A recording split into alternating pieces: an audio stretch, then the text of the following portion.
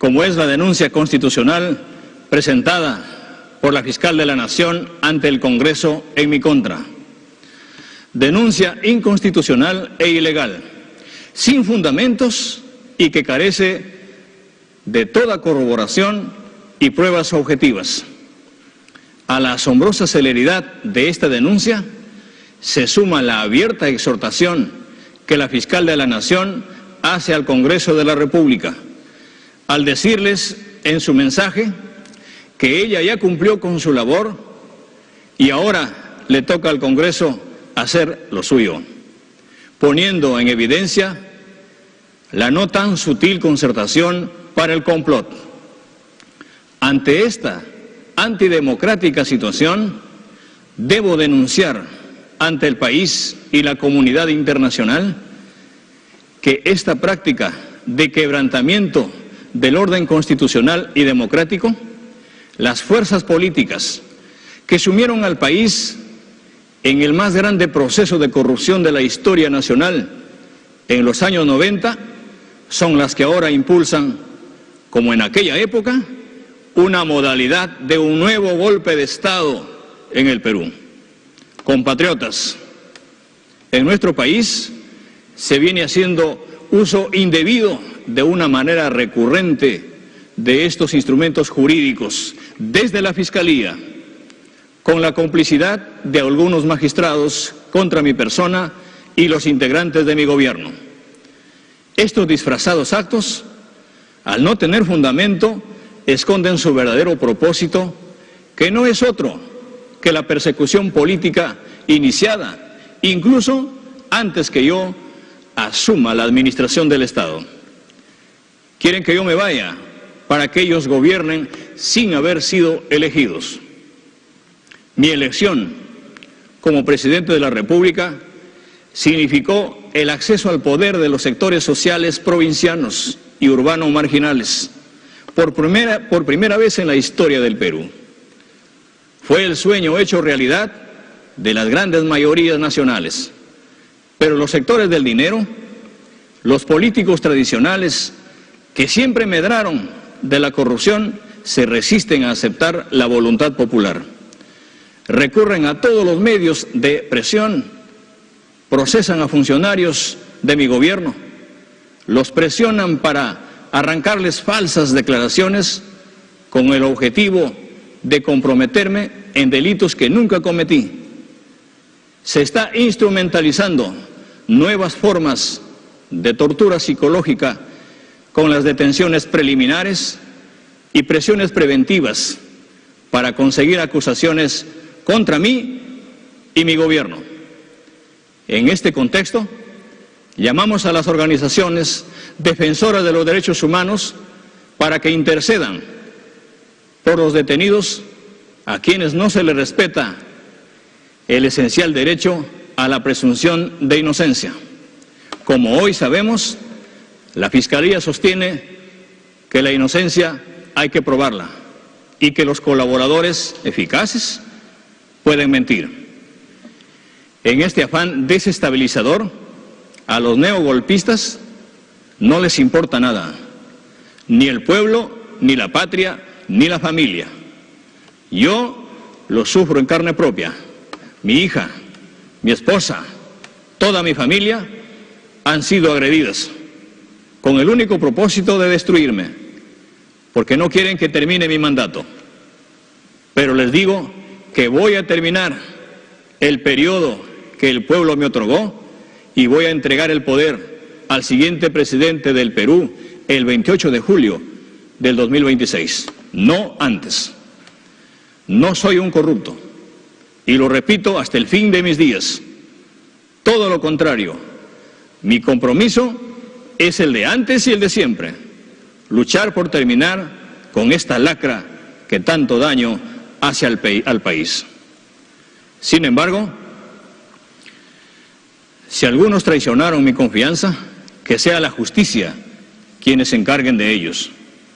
Desde el 6 de junio del 2021, cuando el pueblo del Perú nos dio su confianza en las urnas y nos ungió como los vencedores de las elecciones, nos reafirmamos con el cambio. En el Bicentenario de la República heredamos un país de extremas desigualdades, de discriminaciones escandalosas que no se pueden admitir, de grandes brechas sociales y económicas. En este escenario de nuestra victoria se inició la desestabilización.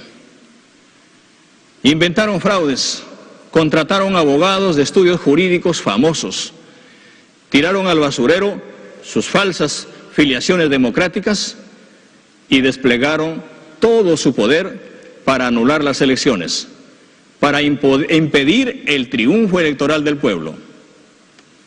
Algunos sectores políticos de quienes perdieron la elección, sobre todo los que gestionaron el Estado los últimos 30 años y no querían perder sus privilegios, empezaron a esgrimir la cantaleta del fraude electoral sin pruebas.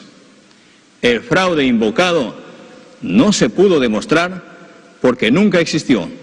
La democracia y la voluntad del voto popular finalmente prevalecieron, triunfaron. Pero continuó con virulencia y son testigos no solo los peruanos y peruanas, sino toda la comunidad internacional. La guerra para deslegitimar mi gobierno, el gobierno del Perú profundo. Se me acusó de comunista, sin fundamento, con odio, con desprecio.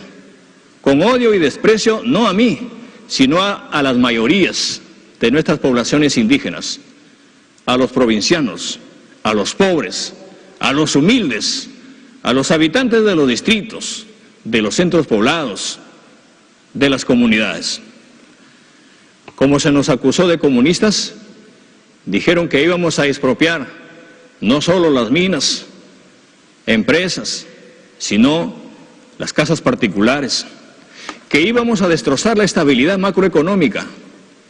La realidad demostró que no somos comunistas, que tenemos un manejo muy responsable de la economía, que hemos mantenido la estabilidad macroeconómica, pero en realidad muestra también que queremos una economía cuyos resultados favorezcan a todos, especialmente a las clases medias y a los pobres, a los emprendedores, que adicionalmente son los que más han sufrido los efectos de la pandemia. Creemos y aplicamos una economía social de mercado, con mejor distribución y equidad social. Ese es el camino para la cohesión nacional. Luego se nos dijo terroristas, y cuando demostramos nuestro profundo y tajante compromiso con la lucha contra el terrorismo, buscaron nuevos motivos para impedir y bloquear la gobernabilidad. Entonces, se puso la siguiente estrategia: la de demolición de la imagen presidencial. Las pruebas de la instrumentación política de la justicia ya son obvias, irrefutables. La propia acusación constitucional de la fiscal de la Nación lo demuestra por su orientación manifiestamente anticonstitucional, pues siendo incompatible esa denuncia con el artículo 117 de la Constitución. Ahora el Congreso quiere cambiar ese artículo para poder instrumentalizar la nueva modalidad del golpe de Estado, pidiendo al Tribunal Constitucional una interpretación distinta a su letra, es decir, antijurídica y anticonstitucional. Desde la Fiscalía y con ciertas empresas de comunicación y prensa, así como con algunos periodistas y como comunicadores convertidos en verdaderos agentes políticos de pantalla, con libretos monocordes que los hacen verdaderos operadores políticos, quieren renunciar a su labor y su deber de informar con imparcialidad. Convierten en hechos consumados las calumnias que recogen de las afirmaciones como sentencias para colocarme como un jefe de una presunta organización criminal. Respetamos y respetaremos la libertad de prensa como uno de los valores esenciales de la libertad humana. Pero también tenemos la certeza de que la libertad de prensa no es mentir ni difamar. Y desinformar es repetir a diario como verdad consumada las investigaciones fiscales que se encuentran, como reza en su título, investigaciones. Esta prensa que no le sirve al país usa las condicionales habría, sería, podría, para esconder su verdadero objetivo de legitimar y normalizar una imagen negativa mía ante el pueblo peruano. Todos los peruanos y peruanas han sido testigos que todos los días, sin descanso, solo se han ocupado de Pedro Castillo como un presunto criminal más, como un presunto delincuente más, llegando al extremo de pretender callar a todas las voces, incluidas las de los ministros de Estado, que ponen en evidencia su plan siniestro y antidemocrático. Estas mismas fuerzas desestabilizadoras han utilizado en el Congreso mociones de vacancia presidencial, de interpelación y censuras a muchos ministros, y han impedido también el ejercicio de las competencias exclusivas que me asigna la Constitución como presidente de la República, la cual es dirigir la política exterior de la nación con reiteradas negativas de ejercerla. Aunque sin éxito, generan inestabilidad e ingobernabilidad, porque seguimos impulsando los cambios que el país necesita. Estos congresistas vacadores repiten el libreto de calumnias que extraen de sus presuntos colaboradores eficaces, que jamás van a poder probar los hechos que narran, porque son falsos. En esa convicción, la crisis política debe solucionarse con el diálogo, abandonando los arrestos golpistas, respetando la democracia, propiciando un acuerdo nacional para la estabilidad de la democracia y el Estado de Derecho. Una drástica lucha contra la corrupción sin selectividad ni motivación política, y el pleno respeto al debido proceso, la no impunidad, el estricto respeto de la separación de poderes y una agenda económica y social que nos permita, con el buen entorno macroeconómico, que el gobierno preserva, incrementar el crecimiento económico, las inversiones, el desarrollo y la cohesión social. Frente a estos actos lesivos que socavan la institucionalidad democrática, el Estado de Derecho, la gobernabilidad y el desarrollo económico del país, y teniendo en cuenta que en los últimos meses han venido ocurriendo en el Perú una sucesión de hechos y situaciones generadas por parte del Poder Legislativo, del Ministerio Público y de otros organismos públicos, que en abierta contradicción con las disposiciones constitucionales y las normas que regulan la separación de poderes propia del Estado de Derecho, y que han configurado un proceso distinto a promover esta nueva modalidad de golpe de Estado, cuya desactivación y control precisamente inspiraron hace unos años la redacción de los artículos 17 y 18 de la Carta Democrática Interamericana, como mecanismo preventivo para la defensa de la democracia y evitar una ruptura constitucional. Recurrimos a ella.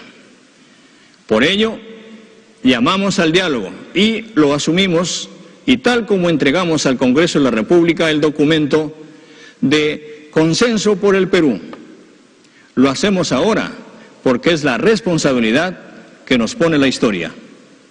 Es así que mi gobierno ha solicitado ante la OEA la activación y la aplicación de la Carta Democrática Interamericana para iniciar un proceso de consultas con todas las fuerzas políticas, los poderes del Estado y las fuerzas sociales, para encontrar, con los buenos oficios de la comunidad internacional, un camino que impida una grave alteración del orden democrático en el Perú. Y por otro lado, un consenso básico para combatir drásticamente la corrupción, con separación e independencia de los poderes y un acuerdo democrático y social para enfrentar juntos las demandas de las grandes mayorías nacionales. Muchas gracias. Muy buenas noches.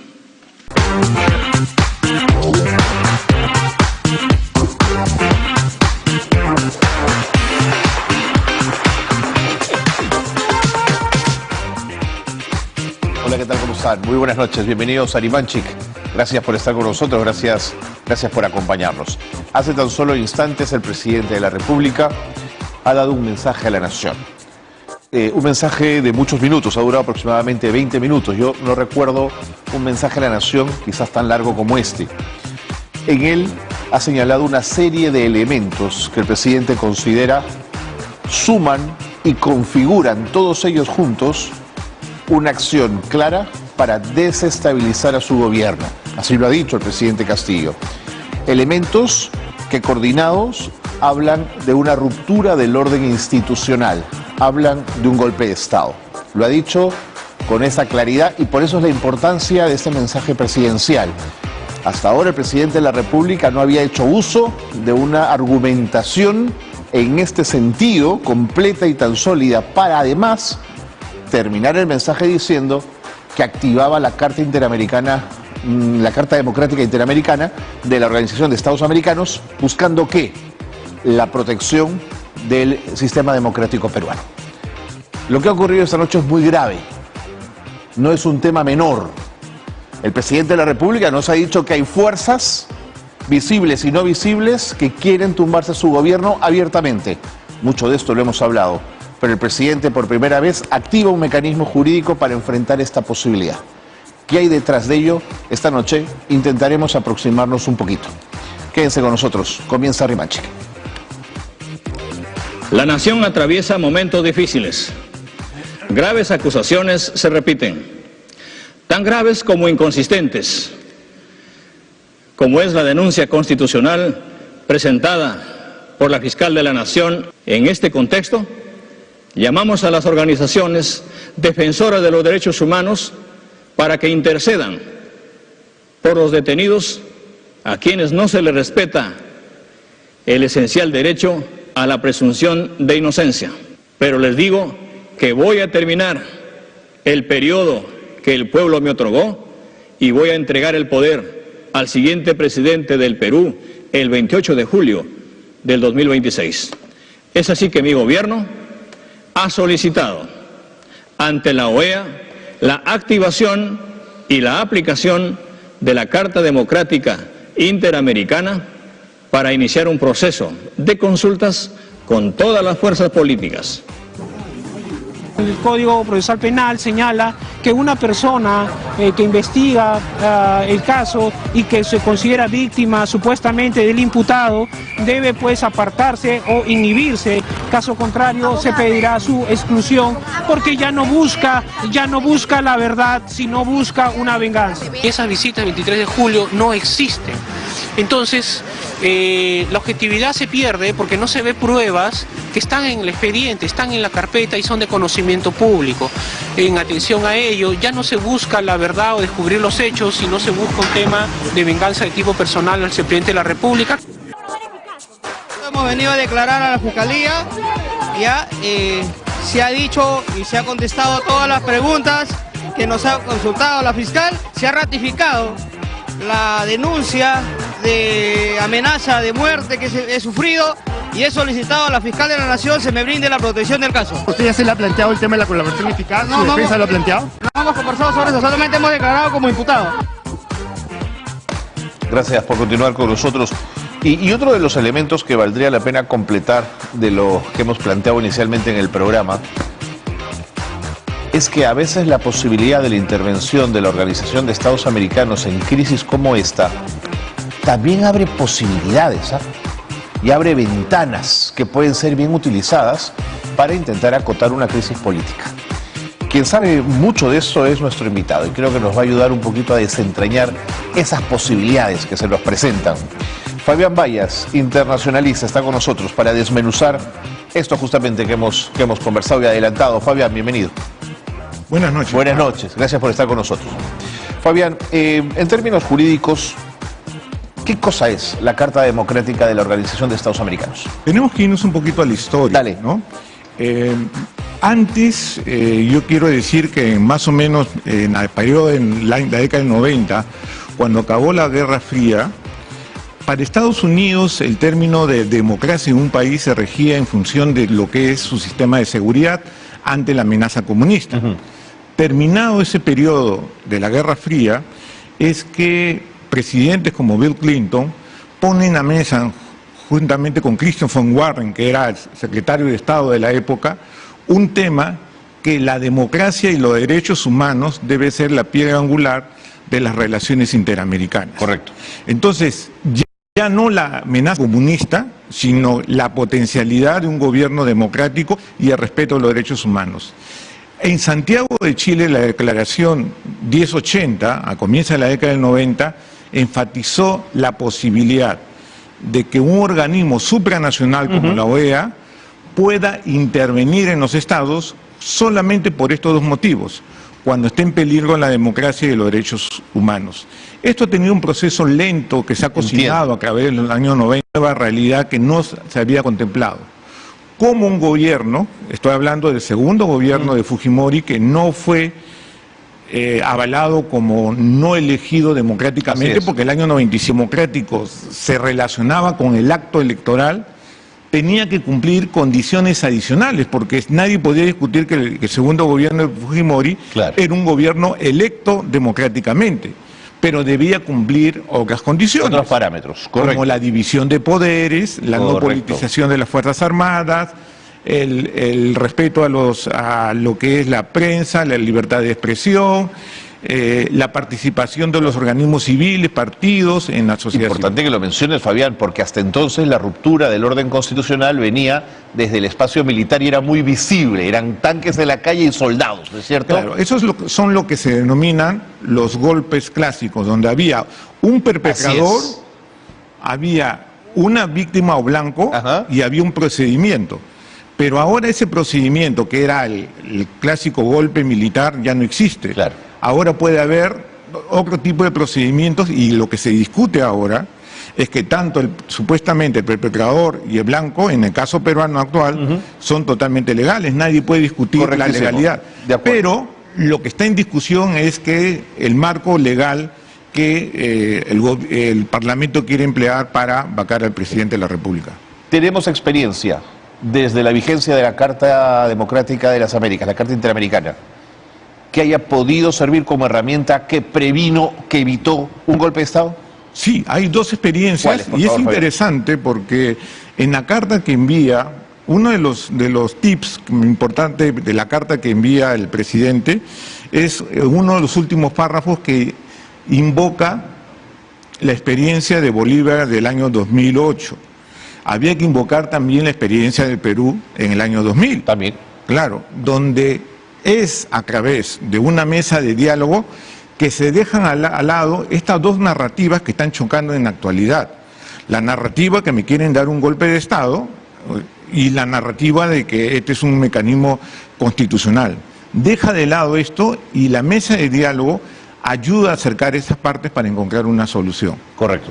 Pero es interesante cómo lo mencionas entonces, Fabián, porque reunida la OEA mañana a la 1:30 de la tarde, hora del Perú, lo más probable es que se elija a un grupo de diplomáticos que vendrán al Perú, hablarán con todas las fuerzas sociales y políticas, evacuarán un informe, pero quien presida esa comisión de pronto tiene la enorme habilidad de ser un articulador, alguien que pueda generar, no sé si una mesa de diálogo, pero puentes, Fabián. Ya, a ver, todavía no está muy definido qué va a pasar mañana, porque hay varios escenarios. Cuéntame. Ya personas con mayor experiencia como Jiménez Mayor ha declarado que hay 3 escenarios. en el cual simplemente puede pasar algo, pero yo creo que tiene mayor peso que pueda la misma comisión permanente pedir mayor información para tomar una decisión. ¿De acuerdo? Porque la única información que tiene es de uno de los actores Es la de César Landa con... Claro, es uno de los actores de conflicto. Se necesita tener la otra versión para poder decidir. Entonces, está esa posición y está la posición de ya elegir, ya sea el secretario general viene a dialogar, o la creación de una misión. ¿De qué va a depender esto? Yo creo que va a depender mucho de cuál ha sido el trabajo que ha hecho ya en el campo el embajador peruano Forsyth en la OEA. Si ya habló con las delegaciones principales en la OEA y lo convenció que es necesario de una vez enviar una misión, podría aprobarse, pero yo aún dudo si es que había un trabajo efectivo en ese sentido y que pueda ser una decisión. Uno de los escenarios posibles es que se busque mayor información para poder tomar una decisión. Entonces, en esos dos escenarios se encuentran en la actualidad. Pero también es verdad que los embajadores con representación en la OEA ya deben haber suministrado a sus cancillerías información de lo que ocurre en el Perú, ¿no es cierto? Sí, desde luego. Yo creo que allí tenemos que reconocer que también hay una corriente internacional favorable a los partidos de izquierda que podrían, digamos, favorecer una de las opciones, uno de los actores en este conflicto, ¿no? Entonces, podría ser también que ya tengan una decisión más formada, ¿no? De acuerdo. Y puedan apoyar el envío del secretario general o el envío de una misión para activar una mesa de diálogo, ¿no? Que es el escenario que permite justamente la Carta Democrática. De acuerdo.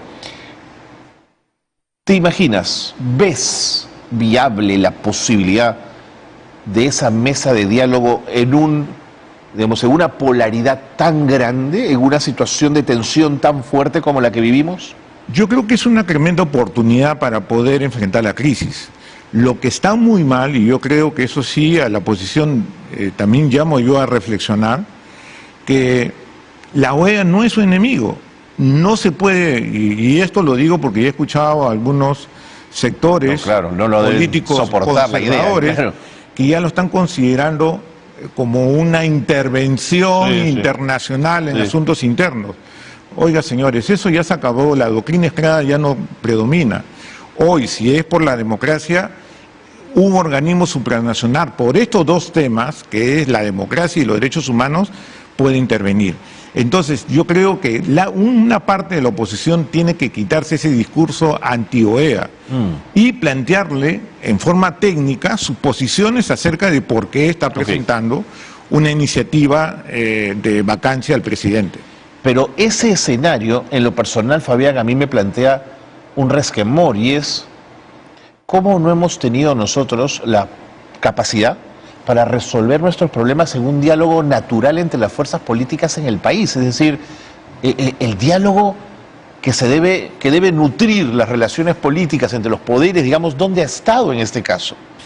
Y esto es producto de la polarización que viene desde antes de las elecciones. Sí, señor. Entonces, hay una polarización social y política donde se han construido dos narrativas diferentes y antípodas entre sí, donde el uno ignora a la otra parte mutuamente y se construye argumentos sin considerar las observaciones que tiene tu oponente. Es casi como desarrollar una teoría sin darte cuenta quién tienes adelante. Correctísimo. Ahora, mientras esperamos lo que ocurre en la OEA, sigue avanzando en el Congreso de la República dos procesos: el de la denuncia constitucional solicitada por la fiscal Benavides y el de la recolección de firmas en la lógica de la vacancia, ¿no es cierto? Entonces, me pregunto si la OEA no se va a encontrar ya un proceso muy avanzado en el Congreso en contra del Ejecutivo. Mire, los actores políticos ahí sí quieren que avance, pero yo encuentro tremendos problemas, sobre todo en el Congreso de la República, para que tenga avance en lo que es la decisión de buscar la vacancia presidencial. No tienen los votos necesarios, y yo creo que es muy claro que los actores políticos ahí en el Congreso han decidido que eso no va. Entonces yo no lo veo como posible. Pero denuncia.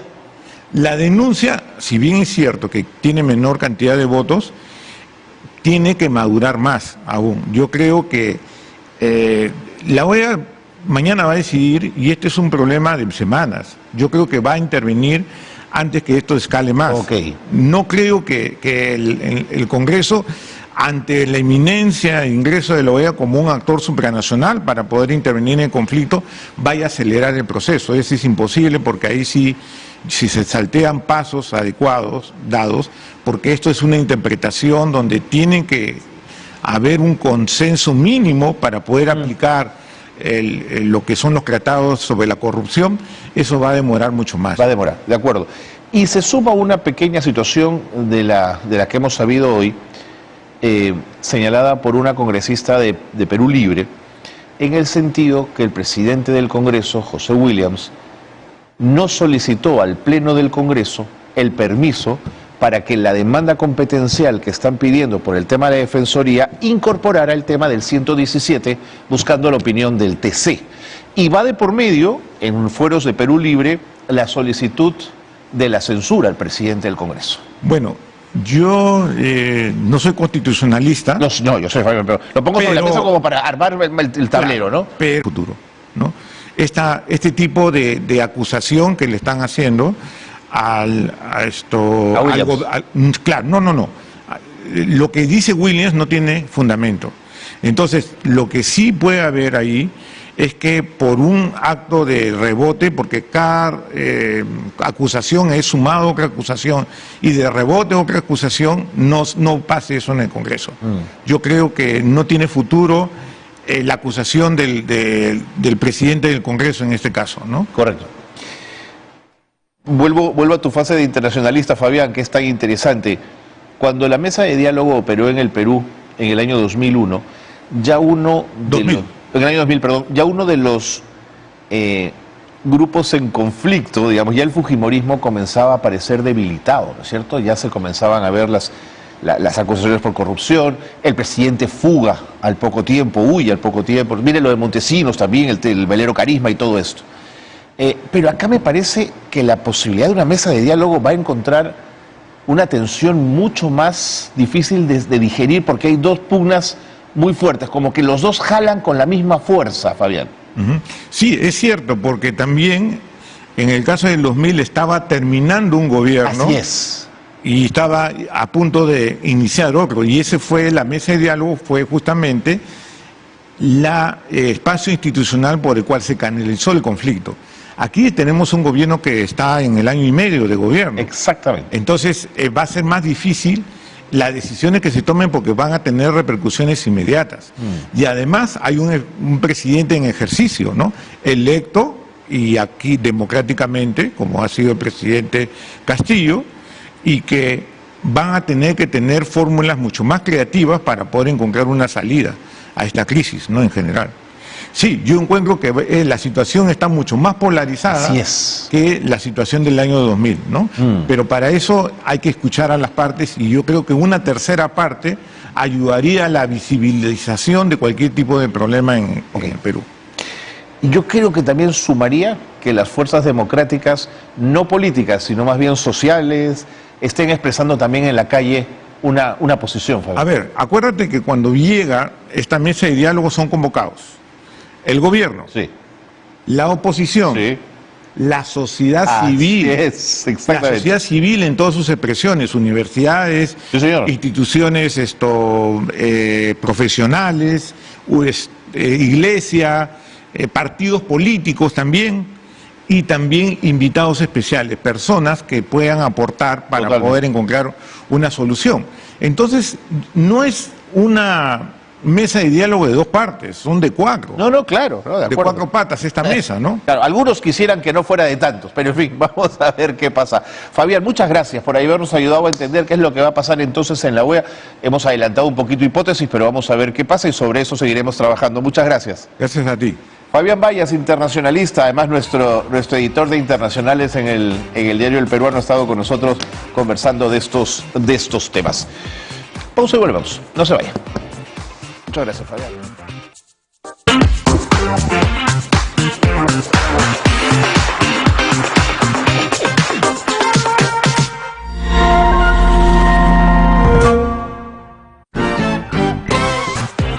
Muy bien, finalmente el Congreso de la República entendió que tiene que someterse al Foro Judicial, cuando el Foro Judicial lo demanda, por supuesto, ¿no es cierto?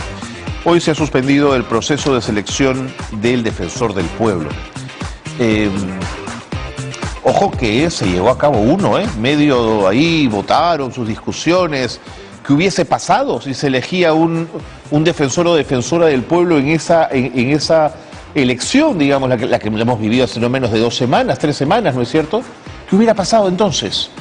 Bueno, Cruz Silva Carpio, investigador en Justicia y Magistratura del IDL, a quien siempre seguimos y leemos porque de estos temas el tercer juzgado constitucional de Lima le había ordenado al presidente y a los integrantes de la Comisión Especial del Congreso que se encargaron de seleccionar a los candidatos para Defensor del Pueblo que suspendieran de manera provisional. ¿Te acuerdas? La elección del Defensor del Pueblo. Llevaron adelante una y no les ligó, no ganó nadie. Hoy finalmente han decidido suspender el proceso. ¿Por qué cambiarían de opinión, Cruz? Mira, yo creo que lamentablemente para ellos no se logró configurar lo que desde un inicio estaban esperando, que lograran con una cantidad de votos exigida por la norma, nombrar a una de las personas que tenían en la lista de candidatos. Lo que yo creo y quiero señalar más bien es algo que puede parecer muy sutil, pero creo que es lo que se está presentando. El Congreso, al continuar luego del 8 de agosto, en donde el juez indicó que no solamente la comisión primera, sino la comisión segunda, que es esta, que continuó en su deseo de elegir a un nuevo defensor del pueblo, al evaluar una primera terna y ahora evaluar una segunda y proceder entonces, ya que no se logró nada, a un proceso de invitación para la selección, creo de que esto forma parte todavía del desacato al mandato judicial, porque el mandato judicial le dijo, señores, suspendan todo. Lo que ha pasado ahora es terminar de quemar la etapa normativa del concurso, entre comillas, concurso público, para poder proceder a la nueva forma de selección que sería el proceso de invitación. Entonces, en sí, lo que ha hecho el Congreso es seguir desacatando la norma para entrar a un nuevo supuesto de otra forma de seleccionar al defensor del pueblo, pero esta vez a través del sistema de la invitación. En sí creo que no es un triunfo democrático, sino creo es la continuidad del plan de hacer lo que se quiere y seguir desacatando una decisión judicial. Yo tengo la misma sensación que tú, y fíjate que le preguntaron a Williams, al presidente del Congreso, sobre este tema, y él enfatizó nuevamente en lo que ellos llaman la defensa de sus competencias. Ellos se sienten todo el tiempo que el Poder Judicial está medrando, dañando, quitándoles piso respecto a las decisiones que toman. ¿Por qué no terminan de entender que en la arquitectura constitucional nada puede estar libre al control de otra institución, Cruz? Porque no les conviene, ¿no? Porque no les conviene. Lamentablemente tenemos congresistas que, si bien es cierto, fueron elegidos en un proceso democrático, las decisiones que están adoptando no son democráticas. Los votos tienen que basarse no solamente en un criterio cuantitativo, sino también cualitativo de las razones que las sustentan. Y en ese sentido, han identificado y han querido poner el discurso en la opinión pública de que el Parlamento es, como hace otroras decenas de años, el primer poder del Estado, cuando en verdad en un Estado democrático de derecho, hoy por hoy, no existe primer, ni segundo, ni tercer poder del Estado. Lo que existe son poderes homogéneos que tienen un balance y contrapesos y que tienen organismos institucionales que ejercen un control y entre ellos mismos ejercen autocontrol. Y lo que el Parlamento está tratando de hacer entender erróneamente es que ellos prácticamente son la decisión final de lo que suele pasar, autodenominándose el primer poder del Estado. Incluso hay una sentencia del Tribunal Constitucional donde aclara esta situación. Por eso es que alguna vez al congresista Montoya le salió una corrección de su discurso sobre el Parlamento como primer poder del Estado, porque ya hay una sentencia del Tribunal Constitucional que habla que no hay ni primeros ni segundos. Todos son poderes y todos se separan, tienen autonomías y hay un balance entre ellos. Interesante, Cruz. Pero además hay jurisprudencia. Recordarás cómo en el gobierno aprista lo actuado en la mega comisión también llegó a fueros judiciales y tuvieron que suspender un proceso tan interesante que detectaba tropelía y media dentro del gobierno del presidente García. Sí, ese es otro debate, ¿no? Si bien es cierto, hay que respetar las decisiones del Poder Judicial. Si es que estas decisiones tienen algunos cuestionamientos, existen vías jurídicas del propio sistema donde estas se pueden cuestionar. Pero lo que no se puede hacer es desconocer, pateando el tablero y no siguiendo los recursos institucionales que la propia norma representa. Si es que el Congreso no está de acuerdo con la decisión judicial, lo que debió hacer y que lo hizo es pedir un recurso de apelación al mismo, que dicho sea de paso, está pendiente de definición en el proceso de amparo. Cruz, te llevo a otros terrenos que quiero aprovechar poder conversar contigo, que siempre es tan importante y grato. En el IDL, y a través tuyo, fueron de los primeros en exigir que pusiéramos el ojo en lo ocurrido con la fiscal Benavides en relación a la forma como se había deshecho de la fiscal que estaba investigando los temas de su hermana, la jueza Emma Benavides, por un tema gravísimo, ¿no es cierto?, la liberación de narcotraficantes. En función a eso, tengo algunas preguntas muy puntuales que hacerte. ¿Debe hoy, en el marco de esta crisis y de la presentación de la denuncia constitucional contra el presidente Castillo, debe preocuparnos el silencio de la Junta Nacional de Justicia? Definitivamente. La Junta Nacional de Justicia, dicho sea de paso, ya tiene en marcha una investigación preliminar. A raíz, se entiende, porque tampoco la Junta no ha sido muy clara de a partir de qué y por qué hechos y con qué motivaciones, le ha abierto esta investigación preliminar. Supuestamente es a partir de una carta que la congresista Susel Páez presentó a la Junta y una carta que la Coordinadora Nacional de Derechos Humanos también presentó.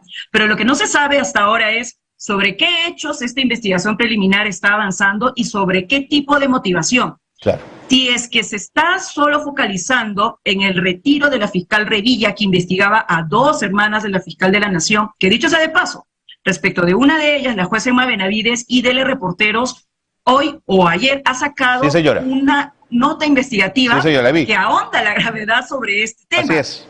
Pero no solamente es el caso de la remoción de la doctora Revilla, sino también del incumplimiento de una sentencia de la Corte Interamericana del año 2020 y del hecho de haberle mentido flagrantemente a la Junta cuando dijo que no iba a interferir en el proceso de investigación de su hermana. Es verdad. Y no obstante hizo todo lo contrario. No sabemos qué está haciendo la Junta, lamentablemente, al respecto. Sería ideal que por el alto grado que este caso ha tomado a la luz de los hechos en la actualidad, indicara cuáles son los hechos que está investigando y las motivaciones que presentaron las personas que lo han denunciado. Segunda pregunta, Cruz, teniendo como marco la denuncia constitucional en contra del presidente Castillo, ¿crees, en tu experiencia jurídica, en tu experiencia como abogada, crees que la fiscal está haciendo un correcto acopio de evidencias, pruebas, o la fiscal Benavides es parte central de los esfuerzos de la derecha conservadora y de la prensa concentrada por acabar con el gobierno del presidente Castillo?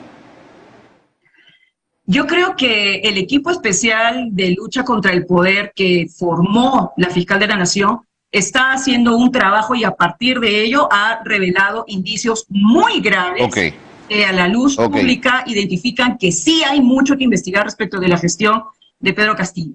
Pero otra cosa es que lo que se haga con esos indicios le haga el juego a un grupo que desde el año pasado, antes que Castillo asumiera como presidente de la República, ha querido que no asuma el cargo para el cual fue democráticamente elegido. ¿Y cómo podemos nosotros identificar que le haría el juego y que en todo caso le hace el juego?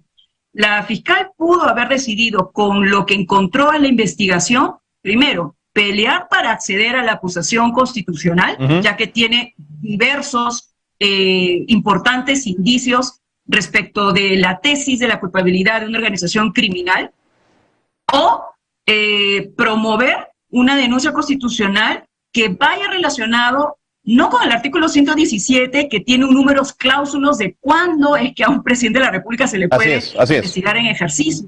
la función, sino, por ejemplo, pudo haber ido para que esto estuviera siendo procesado a través de otras figuras constitucionales, que dicho sea de paso, y es la complicación de la situación, los sistemas, las figuras de la vacancia, la figura de la denuncia constitucional, de por sí le falta una mayor definición de los supuestos que las habilitan para que no quede a la arbitrariedad de los intereses políticos de turno. Y eso Correcto. fue algo que el comisionado Ralón la semana pasada identificó. Dos palabras claves: debido proceso y legalidad en estos procesos de control político, y que lamentablemente nuestro país no ha desarrollado. ¿Por culpa de quién? Del Parlamento. Cruz, Que es perdóname. quien desarrolla estas figuras de control normativamente. Ralón, el de la Comisión Interamericana de Derechos Humanos, ¿a él te refieres en conferencia de prensa, lo que dijo la vez pasada? Así es. Ok. Cruz, haber llegado a este nivel de judicialización de la política, ¿quién gana y quién pierde con ello? Los peruanos. En principio, los peruanos y las peruanas. Mira, nosotros venimos de una historia de casi más de 20 años luego de caída de la dictadura, de necesidad de luchar contra la corrupción y de esfuerzos que lamentablemente no dieron fruto, y más bien todo lo contrario. Toledo, Ollantumala, Alan García por 2, Kuczynski, Vizcarra, todos han lamentablemente, a pesar de planes estratégicos de lucha contra la corrupción y necesidad de investigarlos, cometieron delitos de corrupción por los cuales están siendo investigados. Y así que ante esta situación, quienes perdemos son los ciudadanos y las ciudadanas que queremos que todos sean investigados, pero que cuando este principio y estos supuestos de investigación entran al juego político, donde un sector autoritario, antidemocrático y conservador, incluso antiderechos, busca que una elección que nació democráticamente del voto popular no ejerza esa encargatura que se realizó. Lo que no quiere decir que no se le debe investigar los supuestos de corrupción. Estamos, y ojalá nos demos cuenta, a puertas de una crisis mayor, porque nos estamos poniendo entre una clave autoritaria de los investigados y de los, porque así se ha demostrado con el caso de Pedro Castillo, no hay protección de derechos fundamentales, no se firma Escazú, hay retroceso de los derechos de la mujer, y por otro lado tenemos una derecha antiderechos que aquí el juego de Castillo le ha favorecido. Entonces, el Perú se encuentra en dos opciones antidemocráticas, antiderechos, y ojalá nos demos cuenta que eso no puede continuar así. Acá se necesita una salida política mayor, donde digamos, en verdad creo, que se vayan todos y que hayan condiciones políticas y de elección para que los siguientes elegidos no sean más de lo mismo. Ahora, Cruz, te cuento, ayer estuvimos conversando aquí en Grimanchi con el profesor Sinesio López y le preguntamos por la calle, digamos, ¿dónde están las fuerzas sociales, los sindicatos, dónde están los estudiantes en esta demanda y en esta preocupación como la que has planteado? Y él señaló, y creo que con razón, que no hace falta demasiado, es decir, cualquier chispa podría atizar una convulsionada situación en las calles, y que eso debería preocuparnos. Cruz, a línea justamente de lo que estás planteando. Definitivamente nos debe preocupar, no solamente, yo no diría la movilización ciudadana para defender bases mínimas de un sistema democrático en el país.